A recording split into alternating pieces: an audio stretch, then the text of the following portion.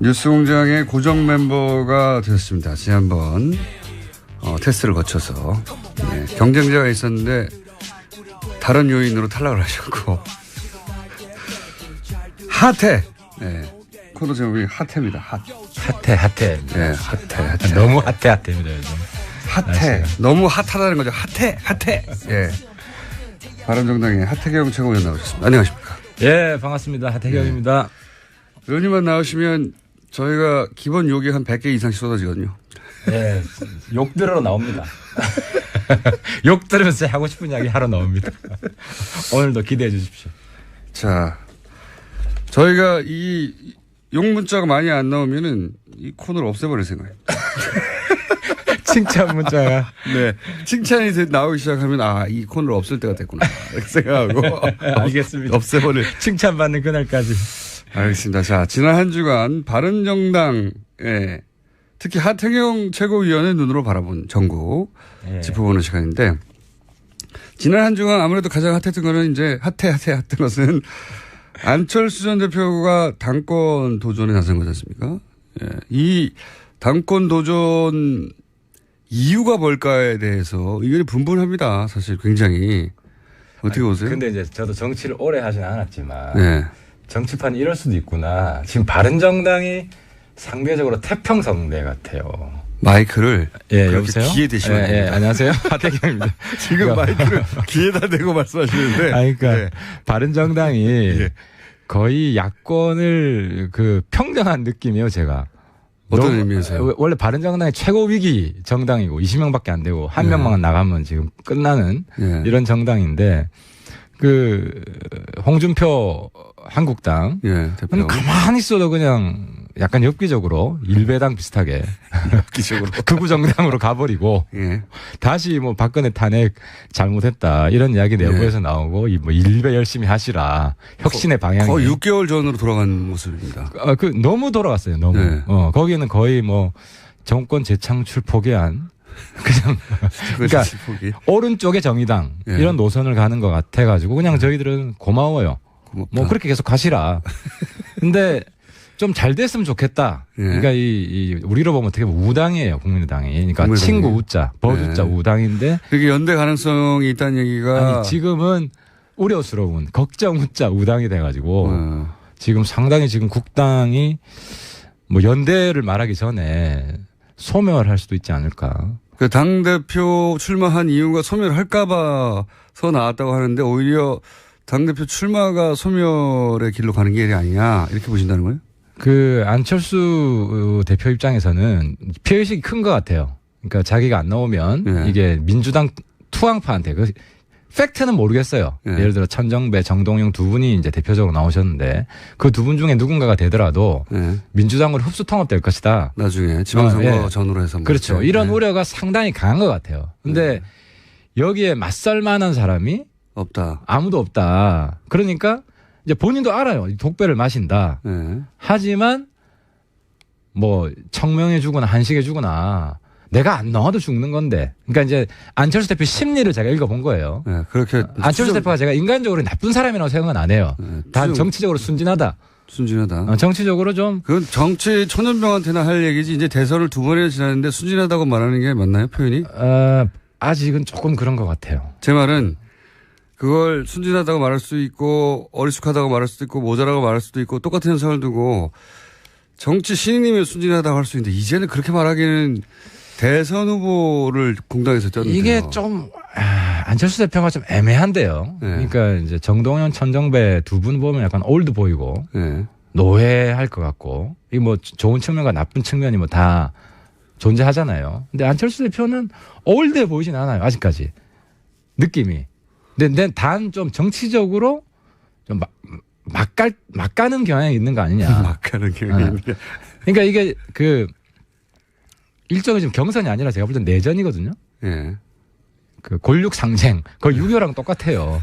결국 분단으로 갔듯이 분당으로 갈 수순으로 보인다. 어쩌면 분당을 하려고 하는 거 아닐까요? 이 기회에 물론 이것도 순전히 추정이고 그렇긴 한데 이 기회에 호남계들과 결별하려고 일부러 그러는 거냐라고 할 정도로 격렬하잖아요 지금. 그런 것 같아요. 그러니까 결별 수순을 밟고 있는 거고. 근데 결별의 방식이 거기 비례의원이 많잖아요. 네. 비례의원을 누가 획득하느냐. 그러니까 13분이나 되기 때문에 네. 이 당, 예를 들어 이제 바른정당하고 비슷하죠. 바른정당에 사실상 유승민 후보가 되면서 네. 유승민 주도의 당이 되니까 사실상 김무성 대표랑 함께하던 13분이 홍준표 밑으로 갔잖아요. 네. 이제 그거랑 비슷하게 만약에 안철수 당대표가 되면 여기 같이 못하겠다고 하는 분들이 떠날 가능성도 있고 아니면 뭐 그 반대 가능성.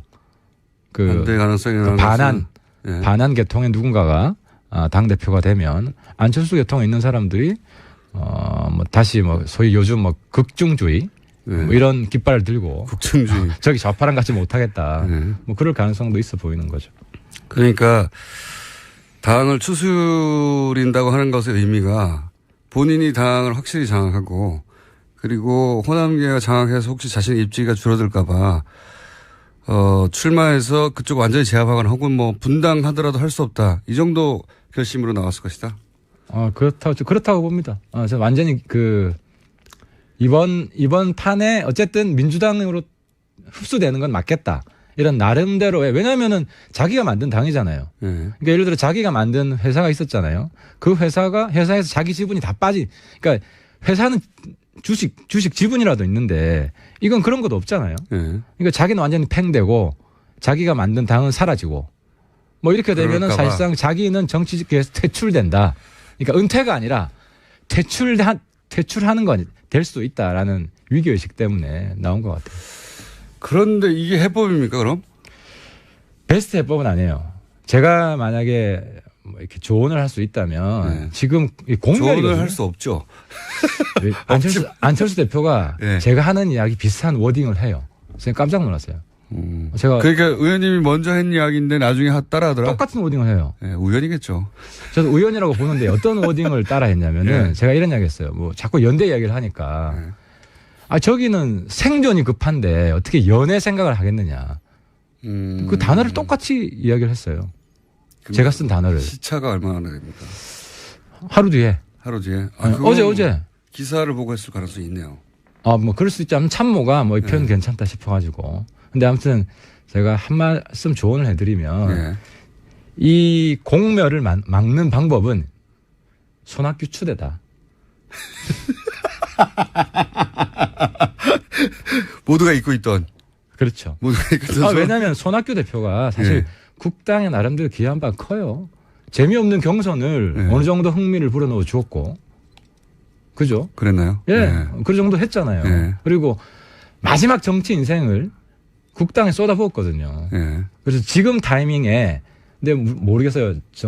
정동영, 천정배 후보 쪽에서 자기한테도 불리하다. 안철수 대표가 당권을 잡으면 차라리 손학규 대표 체제가 자기들이 후위를 도모하는 데 유리하다. 그리고 안철수 당대표도 너무 욕을 들어먹으니까 손학규 대표가 잠시 좀 맡아주시라. 의원님 점점 얼굴이 다가오면서 마이크가 귀로 가고 있습니다. 사실. 왜 이렇게 저하고 얼굴 가까이 하시려고 하는 건지. 아니 근데 그러고 보니 손학규 대표가 어디 가시는지 모르겠네요. 이때쯤에 한마디쯤 하실 법도 한데. 손학규 대표도 점점 내분이 깊어지는 상황이 그렇게 싫지만은 않을 거예요. 본인의 존재감이 다시 지금 부상할 수 있는. 그렇지만 아무도 얘기 안 하고 있지 않습니까? 의원님을 제외하고는. 아마 내일부터 또 본인이 한번 했기 때문에 국당 분들이 호응해 주지 않을까. 그러면 동교동계는 뭐 출당 얘기까지 나왔었는데 물론 뭐 감정적인 표현이겠지만 그 정도 말까지 했는데 가만히 있기도 그렇잖아요. 동교동계가. 뭐 그분들은 원래 정치 굉장히 오래 하신 분들이잖아요. 그래서 언제든 뭐 휴전할 수도 있고 타협할 수도 있고 원래는 그분들 탈당 이야기했잖아요. 근데 탈당 딱 보니까 몇 명 안 하겠거든. 그러니까 거기서 또 꼬인 거예요. 그러니까 정치는 첫 마디가 굉장히 중요한데 첫 마디 탈당해놓고 그다음에 출당으로 바꿔버리니까 진정성도 떨어지고 이 당장 싸움 의지가 별로 없다. 이 가능성 어떻게 보십니까? 이것도 뭐 설입니다. 워낙 설들이 많고 안철수 대표가 대략 한 3년 후에 할 법한 행보를 지금 하는 거거든요. 말하자면. 네, 그렇죠. 예, 뭐 총선 직전에 이래놓으면 누구도 안철수 대표가 왜 나와 이러지는 않을 거예요. 근데 지금 3년 후가 아니라 대선 끝나고 3개월 만에 이런 일을 하니까 모두 다 이제 해설들을 내놓고 있죠. 각자 사설 해설들을 내놓고 있는데 그 김무성 대표 측과 나중에 나중이라는 게 뭐였는지 모르지만 연대하기 위해서 그러기 위해서 자기가 당권을 쥐고 있어야 된다. 뭐 이런 설들도 있어요. 그 들어보셨습니까? 그러니까 이제 설이 아니라 내가 깜짝 놀란 게 이제 저도 안철수 대표 극중주의가 뭐냐 궁금했는데 그 말을 하더라고요. 안보에서는 보수, 경제에서는 진보. 유승민 대표. 그러니까 이게 이제 바른정당이랑 같이 하고 싶다는 그런 메시지를 강력하게 던진 건 맞아요. 그건 저도 인정을 하는데 이제 우리 당 입장에서는 그럼 김무성 대표하고 관계를 푸는 것도 중요하죠. 김무성 대표가 지금은 많이 적당한 표현 안 들어오네요. 찌그러져 계시지 않습니까? 아니, 우리 당은 그래도 이제 그 전통과 혁신이 잘 조화를 이루고 있기 때문에 김무성 대표도 그에 걸맞는 역할을 하실 거예요. 김무성 대표는 전통 쪽이 아무래도 이제 구정치와 신정치가 구정치의 장점이 많잖아요. 그래서 김무성 대표의 뭐 정무적 판단이나 지금은 힘이 많이 빠지셨죠. 지금 뭐 13분이 김무성 대표 내팽개치고 홍준표 밑으로 들어가는 바람에 스타일 많이 구기셨죠. 근데 같이 왜 안 가셨어요? 김무성 대표가 먼저 가 말렸죠. 아니, 그거 아니에요. 먼저 가 있으라 한 거 아닙니까? 그게 아니고. 좀 이따 갈게. 그 내막은 제가 잘 아는데. 그래요? 김무성 대표한테 반기를 들고 간 거죠. 반기를? 김무성 대표 입장에서 어떻게 갑니까? 거기에. 아니, 그러니까 지금 당시 그런 얘기도 있었지 않습니까? 대선 후에 유승민 대표가 지지율을 그렇게밖에 못 받으면 결국 당은 없어질 것이고 먼저 가 있으라 내가 나중에 갈 테니까 지금은 싸놓은 척 하자. 이거 아니었어요, 혹시? 그게 아니고 좀 전반적으로 무기력해져 있는 상태였어요. 그 멘붕이었어요. 김무성 대표. 이제 총선 이후에 계속해서 김무성 대표가 선택했던 정치적 행보. 예를 들어 성공적이 하나도 없었죠, 사실. 그렇죠. 다 실패했어요. 예를 들어 질서 있는 퇴진 안 되고 반기문 특히 반기문 안 되고 그다음에 막판에는 그걸 했잖아요. 반박 반문 연대 단일화. 그래서 사실 안철수로 단일화 였는데 그것도 안 되고 다 안 되고 그래서 이번에 당대표 할 때도 이현 의원을 밀지는 않았잖아요. 김무성 대표하고 연대하는 것이 누구한테도 별 크게 도움은 안 됐다. 초반에는 정운천 후보를 밀었다고 하는 얘기도 있던데, 그죠? 김무성 대표 큰 역할 안 했어요. 솔직히 말씀드리면. 어쨌든 이혜훈 대표는 싫어하지 않습니까? 이혜훈 대표는 사실 대단한 분이죠. 이혜훈 대표가. 그러니까 김무성 전 대표가 이혜훈 대표를 싫어하지 않습니까? 이혜훈 대표가 이제 의원들 사이의 관계가 썩 좋지는 않았어요. 그래서 많이 우려를 했고 경선 과정 중에서도 그런 이야기를 많이 했는데 일단 당의 핵심은 넘버 1과 넘버 2가 화합이 잘 되면 잘 굴러가요 지금. 의원님만까지만 화합이 잘 되면? 나머지도 잘 되죠. 이제 넘버 3, 넘버 4 우리 지금 굉장히 화합이 잘 되고 있고. 넘버 2는 확실하고요? 확실하죠. 지금 해태남매라는 이야기가 괜히 나옵니까? 어쨌든 김무성 대표와 안철수 전 대표 두 분 다 전 대표가 손을 잡을 수도 있는 가능성에 대해서는 어떻게 보세요? 그런 썰들도 있는데. 이제 그 부분은 이미 1차 실험을 했어요. 주승용 대표가 대선 직후에 바른정당 합당 얘기를 했잖아요. 근데 이게 과거 YS나 DJ처럼 당을 완전히 장악한 대표가 아니면 그게 실현되기가 쉽지가 않아요. 당장 내부 반발에 부딪혀가지고 없던 일이 됐잖아요. 근데 안철수 다시 대표가 되더라도 51대 49 아니겠어요? 이제 그런 상황에서 자기가 압도적으로 당을 이끌 수 있겠는가? 그럼 다시 국민의당 화합 나가지 말라고 내부에 어느 정도 그 반대쪽 목소리를 들어줘야 되기 때문에 그 다음부터는 국당 안에서 연대의 목소리가 사라질 가능성이 많아요. 김무성 대표하고 최근에 이런 얘기 안 해보셨죠? 김무성 대표님하고 안 해봐도 대충 김무성 대표님 생각이 저랑 비슷할 거예요. 지금 연대 이야기 해봐야 아무리 짜게도 쓸데없는 현 상황에서는. 그럼 왜 나왔을까요? 결국은 본인. 안철수. 좀 전에 이야기했잖아요. 국민의당 사면이 아니라 본인이 사면할까봐. 그렇죠. 지금 국당이 민주당으로 통합되면 본인 퇴출해요. 정계 강제 퇴출해요. 가장 불명예스러운 방식으로 정계에서 퇴출되는 방식을 막기 위해서 차라리 내가 능력이 안 돼서 이번에 뭐 당대표가 안 되면 본인 지금 굉장히 큰 정치적 승부수를 조기에 던진 거예요. 그거는 퇴출 아닙니까? 그건 더 큰 퇴출인 것 같은데요. 안 되면은 내가 능력이 안 돼서. 근데 이건 뭐 꽥 소리 질러 보기도 전에 강제 퇴출 당할 수 있는 상황. 이런 상황이 굉장히 두려웠던 것 같아요. 꽥 소리를 지르기 위해서 나왔다. 또 다른 가능성은 전혀 없습니까? 뭐 저는 그런 가능성도 몇 가지 있긴 하는 것 같은데 오늘 할 얘기는 아닌 것 같고. 어쨌든 이게 국민의당에는 커다란 위기인데 바른정당에는 어떻습니까? 이 사안을 바른정당 의원들 어떻게 바라보고 있어요? 좋네, 불구경. 바른정당 입장에서는 이제 가장 현실 가능한 시나리오가 국당이 공멸하고 그 중에 이제 바른정당 중심으로 흡수 통합하는 거죠. 의원들이 개별 입당하고. 왜냐하면 국당도요. 네. 큰 대주주가 없어요. 그런 셈이죠 지금. 예. 네. 안철수 후보 시절만큼의 지분을 발휘할 수가 없죠 절대. 안철수. 그렇죠. 안철수 개도 지금 몇 명 안 되잖아요. 네. 사실 뭐 정동영 개, 천정배 개라고 할 수는 없거든요. 천정배 개는 거의 없다시피 하고요. 그렇습니다. 네. 그래서 상당히 개별화될 가능성이 많고. 그랬을 때 이삭줍기를 할 가능성이 왔다. 뭐 바른정당하고 노선이 그렇게 크게 틀리지 않은 분들이 있죠. 예, 네. 그런 분들은 뭐 우리 당과 함께 할 수 있죠. 그러면은 바른정당 의원님들은 내심 잘 싸운다 깨져라 하고 있겠네요. 그거보다도 일단 뭐 바른정당 우리는 지금 한국당 지지율 더블 스코어 내는 게 목표예요. 네. 지금 한국당 뭐 1, 2% 차이 나는데. 뭐 여기에서 연말에 1% 차이 나는 거는 갤럽 조사 기준이죠. 갤럽 기준으로. 네. 근데 이제 그게 뭐 좀 더 정확하다고 저희들은 보고 있고 단순 ARS보다는 그러면 뭐 연말쯤 지금 완만한 상승세예요. 네. 느리지만 두 자릿수가 지난주 처음 찍었죠. 네, 처음 찍었어요. 10% 찍었고 출발 직후에 한 17, 18 정도 나왔다가 한 자릿수 계속하다가 갤럽 기준으로는 지난주에 처음으로 10%인가요? 그렇습니다. 네. 이제 기울기가 완만하긴 한데 뭐 거의 새 지도부 등장하고 한 달? 본인도 새 지도부기 때문에. 그렇죠. 한 달 정도 됐는데 두 자리 찍었기 때문에 한두 달 지나면은 한 15%대 올라가지 않을까. 아무 목표입니다. 아무 근거는 없이. 최근에 어쨌든 국민의당 사태는 즐거운 마음으로 보고 계시군요, 다들. 뭐 당 입장에서는 어쨌든 이 기회에 우리가 죽자. 일치월장해야 된다. 도약해야 된다. 지지율을 팍 올려야 된다. 그래서 뭐 잔뜩 지금 열심히 하려고 노력하고 있습니다. 알겠습니다. 국민 남의 불행이 이제 바른정당의 행복인 상황이고요. 저건 어떻습니까?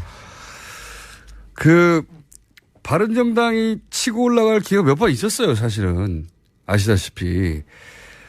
그럴 때마다 당내에도, 바른정당도 당내가, 뭐랄까요, 균일하진 않지 않습니까? 정치적 색깔이나 지향이나, 거기 보면 전혀 정반대의 목소리도 사실은 원내대표하고 당대표하고도 예를 들어서 댓글 사건만 가지고도 이혜원 대표는 이건 큰 문제라고 지적을 한다면 원내대표는 이게 이제 정치 공작 아니냐, 지금. 정치 보복성. 정식 음모가 있다 혹은 뭐 의도가 있다 이런 식으로 그 댓글 수사에 대해서 마음에 안 들어하는 거죠. 예, 이건 이제 결국 이명박 대통령까지 가는 거 아니냐라고 하는 친이계들의 우려가 있는 건데 그렇게 의견이 갈려 나오면 그 중에서 듣기 싫은 소리가 기분을 상하게 하니까 당연히 바른정당 역시 안 되겠어 댓글 사건 같이 명백한 사건에 대해서도 이렇게. 그렇게 나오거든요, 반응이. 이게 뭐냐고. 그러니까 이제 바른정당이 이 초기에 한 18, 9% 올라갔을 때 가장 지금 가슴 아프게 생각하는 게 18세 투표권. 그리고 공수처 문제. 우리가 이제 사실 통과시켰다가 뒤집혔죠. 그러니까요. 뒤집히면서 저게 새로운 보수당 맞느냐, 혁신 맞느냐 이래가지고 이제 확 꺼졌죠. 확 꺼졌죠. 거기 플러스 단일화 얘기하니까 결국 똑같구나. 자유한국당과 바른정당이 결국 단일화 할 거구나. 그렇죠. 안 했지만 그렇죠. 할 거구나는 인상이 드는 순간부터 지금 잠깐 헤어진 거지 곧 합칠 텐데 뭐 이러면서 지지를 확 꺾이잖아요. 그래서 지금 사실 저희들이 뭐 보수 적통 경쟁 이 말도 저는 별로 안 좋아해요. 지금 갈수록 한국당하고 우리는 지지 기반이 다르다. 저쪽은 극으로 가는 것이고 네. 우리는 혁신 중도 보수로 가는 네. 지금 그런 방향이고. 근데 우리가 방향을 충분히 못 잡은 게 탄핵 직후만 해도 그러니까 탄핵에 찬성한 한국당이다 우리는. 네. 이런 의식이 의원들 사이에 강하게 있었어요. 그러니까 여러 이슈들에 대한 정책들은 네. 그렇게 다르지 않다 하는 경향이 있었고 아니다. 이것도 우리가 근본적으로 재검토해서 새로운 노선, 새로운 보수로 가야 된다. 이 두 흐름이 있었죠. 이 두 흐름이 있다가 그러니까 지금 근데 이게 혁명적으로 힘들어요. 왜냐하면 기본적으로 의원들 의식도 이제 과거의 의식이 많이 지배하고 있기 때문에. 근데 이제 13분이 가고 그리고 이혜원 대표나 저나 사실 뭐 저는 거의 뭐라고 그러는 이방인 비슷하게 네. 새누리당 내에서 전문 용어는 왕따라고 하죠. 근데 이제 바른정당이 네. 저 같은 왕따도 성공할 수 있다. 치고 올라갈 수 있다. 이런 가능성을 보여줬고. 여기 아직 100개가 안 됐어요. 그러니까 예를 들어 제가 지금 그 바른정당의 비전을 주도하고 있거든요. 근데 이게 정말 어려워요. 이제 예. 새로운 보수로 가는 게 뭐냐? 정책적으로 한국당하고 저는 심지어 안보는 보수, 경제는 진보. 안보도 우린 다르다 한국당과 이런 차별화라도 가야 된다고 보이고. 잘 안 보입니다, 근데. 아직 잘 안 보이죠. 앞으로 네. 보여드릴 겁니다. 근데 시간이 조금 걸릴 거고요. 그다음에 이제 댓글 문제는 예. 댓글 문제 명확한 거는 국정원의 정치 개입 잘못된 겁니다. 그렇죠. 이건 이번에 뿌리 뽑아야 돼요. 예. 그리고 전면적으로 진상 조사를 해야 되고 그것이 왜 생겼는지 근본적인 처방이 나와야 됩니다. 근데 여기에서 지금 이제 쟁점이 되는 것은 자꾸 이제 야당에서는 전직 대통령을 이제 물고 들어가려고 하는 거죠. 아니, 전직 대통령이 일부러 물고 들어가려고 하는 게 아니라 하다 보면 전직 대통령이 등장하게 되는 거 아닙니까? 그러니까 그거는 봐야죠. 예, 봐야죠. 그거는 봐야죠. 아직 그 국정원 적폐상단 TF에서도 청와대 내용은 모른다는 것이고, 그럼 MB가 알바들 조직해서 댓글 열심히 써. 그렇게 지시를 한 거냐. 대통령이 직접 알바를 고용하라고 하진 않았겠죠, 뭐, 당연히. 그러니까 제가 대통령이면은 이런 얘기는 했을 것 같아요. 북한의 대남 심리에 대해서 적극적으로 대응해. 뭐라 그러겠습니까? 근데. 그게 댓글 알바를 고용하는 것으로 해결될 일은 아니지 않습니까? 그러니까 그 구체적인 내용에 대해서 지금 원세훈 원장도 저는 자기도 그 구체적인 내용에 대해서는 예를 들어 댓글이 어떤 댓글이 쓰여진다. 그건 상관이 없죠. 그러니까 그런 거, 그러니까 이 부분을 지금 이제 보수까지 포함해서 대단히 착각하고 있는 게 어떤 메커니즘이 작동하냐면요.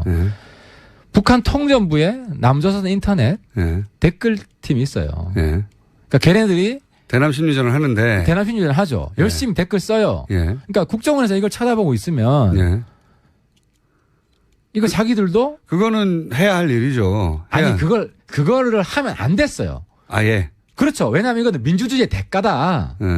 그러니까 북한 애들이 들어와서 댓글 쓰는 거나 해외에서 들어와서 댓글 쓰는 거나 심지어 저는 중국에서도 댓글 쓸 수 있다고 봐요. 근데 북한 애들이 댓글 쓰는 건 뭘 쓰는지 아세요? 말씀해 주십시오. 그 김정은 찬양 댓글 쓰는 게 아니고요. 한국의 그러니까 남남 대결을 위해서 한국의 야당 과거 뭐 MB 박근혜 집권 때 지금도 그렇고 한국의 야당과 뭐 제야단체 반정부 단체 이런 단체들이 하는 이야기를 북한 애들이 댓글을 써요. 아이디 추적해보면 북한 애들이에요. 그런데 문제는 국정원에서 대단히 오판을 한 게 북한 애들이 이런 댓글을 쓰니까 예를 들어 한미와 FTA 반대한다. 그죠? 광우병소 우린 못 먹겠다. 그러니까 여기에 대한 대응을 해야 된다는 강박 때문에 이게 정치 개입이 돼버린 거예요. 그게 이제 국정원 사이드에서 이해해주면 그렇고요. 근데 생각해 보시면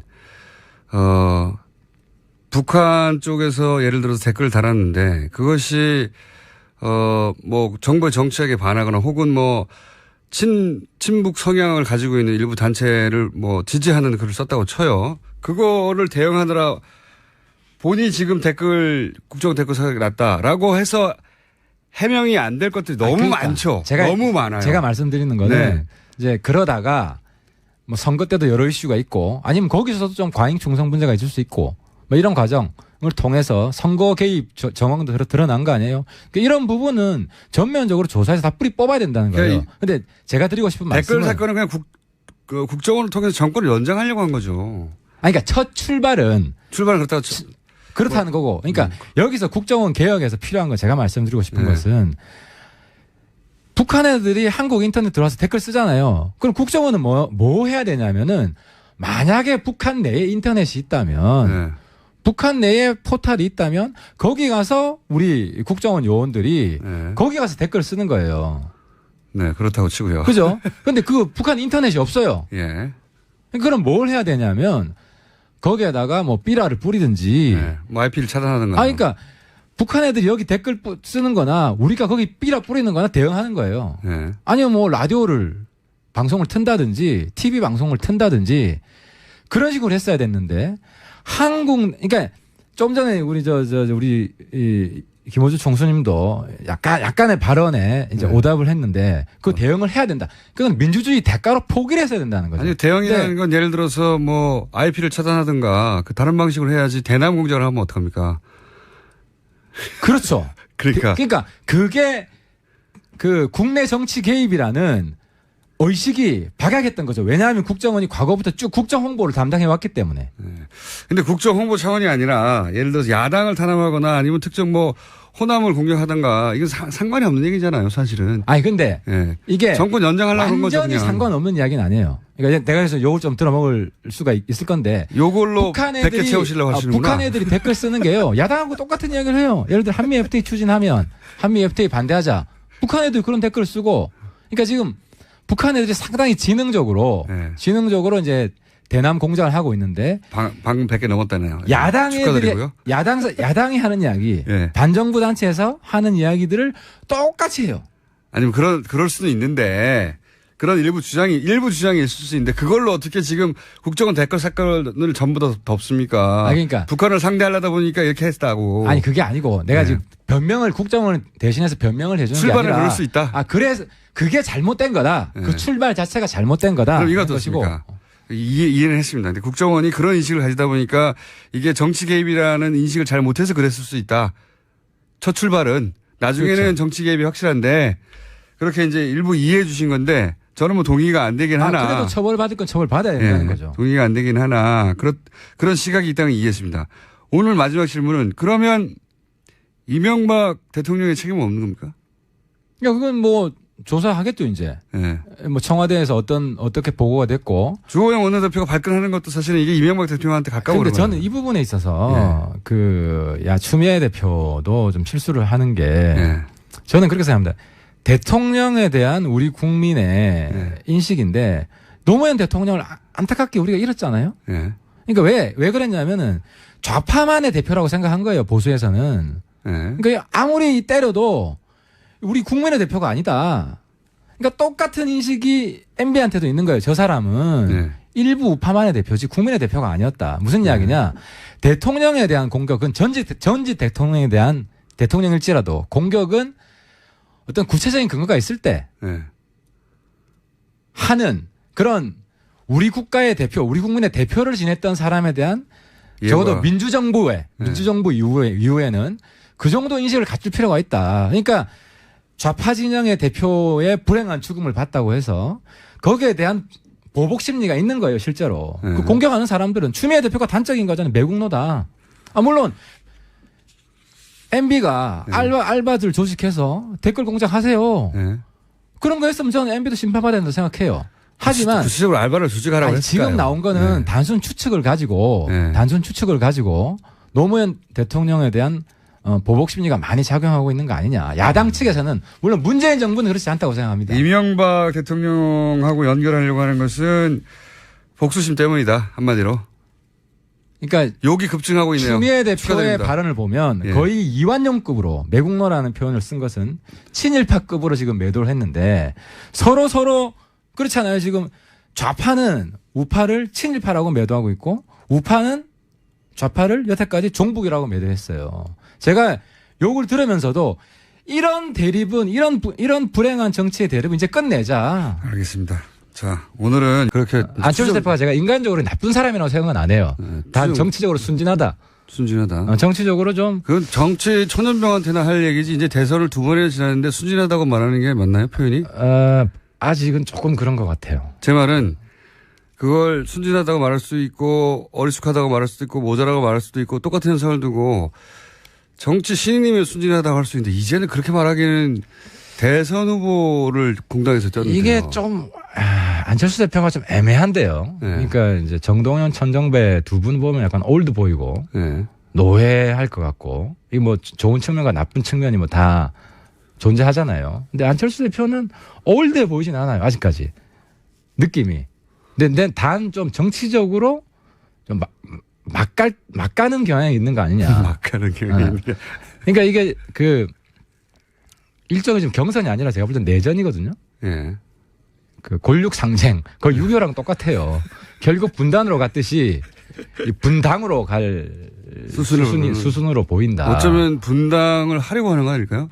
이 기회에 물론 이것도 뭐 순전히 추정이고 그렇긴 한데 이 기회에 호남계들과 결별하려고 일부러 그러는 거냐라고 할 정도로 격렬하잖아요 지금. 그런 것 같아요. 그러니까 결별 수순을 밟고 있는 거고. 근데 결별의 방식이 거기 비례의원이 많잖아요. 네. 비례의원을 누가 획득하느냐. 그러니까 13분이나 되기 때문에 네. 이 당 예를 들어 이제 바른정당하고 비슷하죠. 바른정당에 사실상 유승민 후보가 되면서 네. 유승민 주도의 당이 되니까 사실상 김무성 대표랑 함께하던 13분이 홍준표 밑으로 갔잖아요. 예. 이제 그거랑 비슷하게 만약에 안철수 뉴스공장의 고정 멤버가 되었습니다. 지난번 테스트를 거쳐서 네. 경쟁자가 있었는데 다른 요인으로 탈락을 하셨고 핫해. 네. 코너 제목이 핫해입니다. 핫해. 네, 핫해. 너무 핫해입니다 요즘. 핫해. 너무 핫하다는 거죠. 핫해. 예. 바른정당의 하태경 최고위원 나오셨습니다. 안녕하십니까. 예, 반갑습니다. 하태경입니다. 네. 의원님만 나오시면 저희가 기본 욕이 한 100개 이상씩 쏟아지거든요. 예, 욕 들으러 나옵니다. 욕 들으면서 하고 싶은 이야기 하러 나옵니다. 오늘도 기대해 주십시오. 자, 저희가 이 욕 문자가 많이 안 나오면은 이 코너를 없애버릴 생각입니다. 칭찬 문자가. 네. 칭찬이 나오기 시작하면, 이 코너를 없앨 때가 됐구나. 이렇게 생각하고. 알겠습니다. 없애버릴. 칭찬받는 그날까지. 알겠습니다. 자, 지난 한 주간 바른정당에 특히 하태경 최고위원의 눈으로 바라본 전국 짚어보는 시간인데, 지난 한 주간 아무래도 가장 핫했던 거는 이제 핫했던 것은 안철수 전 대표가 당권 도전에 나선 거지 않습니까? 예. 이 당권 도전 이유가 뭘까에 대해서 의견이 분분합니다. 사실 굉장히. 어떻게 보세요? 근데 이제 저도 정치를 오래 하진 않았지만 네. 정치판이 이럴 수도 있구나. 지금 바른정당이 상대적으로 태평성대 같아요. 마이크를 여보세요? 귀에 대시면 예, 안녕하세요. 하태경입니다. 지금 마이크를 귀에다 대고 말씀하시는데. 그러니까 네. 바른정당이 거의 야권을 평정한 느낌이에요, 제가. 어떤 의미에서요? 원래 바른정당의 최고 위기 당대표가 되면 여기 같이 못하겠다고 하는 분들이 떠날 가능성도 있고 아니면 뭐 그 반대 가능성. 반대 가능성이 반한 계통의 누군가가 당대표가 되면 안철수 계통에 있는 사람들이 뭐 다시 뭐 소위 요즘 뭐 극중주의 뭐 이런 깃발을 들고 극중주의 저기 좌파랑 같이 못하겠다. 뭐 그럴 가능성도 있어 보이는 거죠. 그러니까 당을 추스린다고 하는 것의 의미가 본인이 당을 확실히 장악하고 그리고 호남계가 장악해서 혹시 자신의 입지가 줄어들까 봐 출마해서 그쪽 완전히 제압하거나 혹은 뭐 분당하더라도 할 수 없다. 이 정도 결심으로 나왔을 것이다. 그렇다고 봅니다. 저 완전히 이번 판에 어쨌든 민주당으로 흡수되는 건 맞겠다. 이런 나름대로의 왜냐하면은 자기가 만든 당이잖아요. 그러니까 예를 들어 자기가 만든 회사가 있었잖아요. 그 회사에서 자기 지분이 다 그러니까 회사는 주식 지분이라도 있는데 이건 그런 것도 없잖아요. 그러니까 자기는 완전히 팽되고 자기가 만든 당은 사라지고 뭐 이렇게 되면은 사실상 자기는 정치계에서 퇴출된다. 그러니까 은퇴가 아니라 퇴출하는 건 될 수도 있다라는 위기의식 때문에 나온 것 같아요. 그런데 이게 해법입니까, 그럼? 베스트 해법은 아니에요. 제가 만약에 뭐 이렇게 조언을 할 수 있다면 지금 공멸이거든요. 조언을 할 수 없죠. 안철수 대표가 제가 하는 이야기 비슷한 워딩을 해요. 제가 깜짝 놀랐어요. 제가 그러니까 의원님이 먼저 한 이야기인데 나중에 따라하더라. 똑같은 워딩을 해요. 네, 우연이겠죠. 저도 우연이라고 보는데 어떤 워딩을 따라했냐면은 네. 제가 이런 이야기했어요. 뭐 자꾸 연대 이야기를 하니까 네. 저기는 정당이고 20명밖에 안 되고 한 명만 나가면 지금 끝나는 이런 정당인데 그 홍준표 한국당 대표. 가만히 있어도 그냥 약간 엽기적으로 일배당 비슷하게 엽기적으로 극우 정당으로 가버리고 다시 뭐 박근혜 탄핵 잘못했다 이런 이야기 내부에서 나오고 뭐 일배 열심히 하시라 혁신의 방향이 거의 6개월 전으로 돌아간 모습입니다. 그 너무 돌아갔어요. 너무. 거기는 거의 뭐 정권 재창출 포기한 그냥 그러니까 오른쪽의 정의당 이런 노선을 가는 것 같아가지고 그냥 저희들은 고마워요. 고맙다. 뭐 그렇게 계속 가시라. 근데 좀 잘 됐으면 좋겠다. 그러니까 우리로 보면 어떻게 보면 우당이에요, 국민의당이. 그러니까 국민의당이. 친구 우자, 버주자 우당인데. 그게 연대 가능성이 있다는 얘기가. 아니, 지금은 우려스러운 걱정 우자 우당이 돼가지고 지금 상당히 지금 국당이 뭐 연대를 말하기 전에 소멸할 수도 있지 않을까. 그 당대표 출마한 이유가 소멸할까봐서 나왔다고 하는데 오히려 당대표 출마가 소멸의 길로 가는 길이 아니냐 이렇게 보신다는 거예요? 그 안철수 대표 입장에서는 피해의식이 큰 것 같아요. 그러니까 자기가 안 나오면 이게 민주당 투항파한테 그 팩트는 모르겠어요. 예를 들어 천정배, 정동영 두 분이 이제 대표적으로 나오셨는데 그 두 분 중에 누군가가 되더라도 민주당으로 흡수 통합될 것이다. 나중에 지방선거 전후로 해서. 그렇죠. 이런 우려가 상당히 강한 것 같아요. 근데 여기에 맞설 만한 사람이 없다. 아무도 없다. 그러니까 이제 본인도 알아요. 독배를 마신다. 하지만 뭐 청명해 주거나 한식해 주거나 내가 안 나와도 죽는 건데. 그러니까 이제 안철수 대표 심리를 제가 읽어본 거예요. 생존이 급한데 어떻게 연애 생각을 하겠느냐. 그 단어를 똑같이 이야기를 했어요. 제가 쓴 단어를. 시차가 얼마나 됩니까? 하루 뒤에. 하루 뒤에? 어제. 기사를 보고 했을 가능성이 있네요. 뭐 그럴 수 있지. 참모가 뭐 이 표현 괜찮다 싶어가지고. 근데 아무튼 제가 한 말씀 조언을 해드리면 이 공멸을 막는 방법은 손학규 추대다. 모두가 잊고 있던. 그렇죠. 모두가 잊고 있던. 왜냐하면 손학규 대표가 사실 국당의 나름대로 기여한 바가 커요. 재미없는 경선을 어느 정도 흥미를 불어넣어 주었고. 그죠? 그랬나요? 그 정도 했잖아요. 그리고 마지막 정치 인생을 국당에 쏟아부었거든요. 그래서 지금 타이밍에 근데 모르겠어요. 정동영, 천정배 후보 쪽에서 자기한테도 불리하다. 안철수 대표가 당권을 잡으면 차라리 손학규 대표 체제가 자기들이 후위를 도모하는 데 유리하다. 그리고 안철수 당대표도 너무 욕을 들어먹으니까 손학규 대표가 잠시 좀 맡아주시라. 의원님 점점 얼굴이 다가오면서 마이크가 귀로 가고 있습니다. 사실. 왜 이렇게 저하고 얼굴 가까이 하시려고 하는 건지. 아니 근데 그러고 보니 손학규 대표가 어디 가시는지 모르겠네요. 이때쯤이면 한마디쯤 하실 법도 한데. 손학규 대표도 점점 내분이 깊어지는 상황이 그렇게 싫지만은 않을 거예요. 본인의 존재감이 다시 지금 부상할 수 있는. 그렇지만 아무도 얘기 안 하고 있지 않습니까? 의원님을 제외하고는. 아마 내일부터 또 본인이 한번 했기 때문에 국당 분들이 호응해 주지 않을까.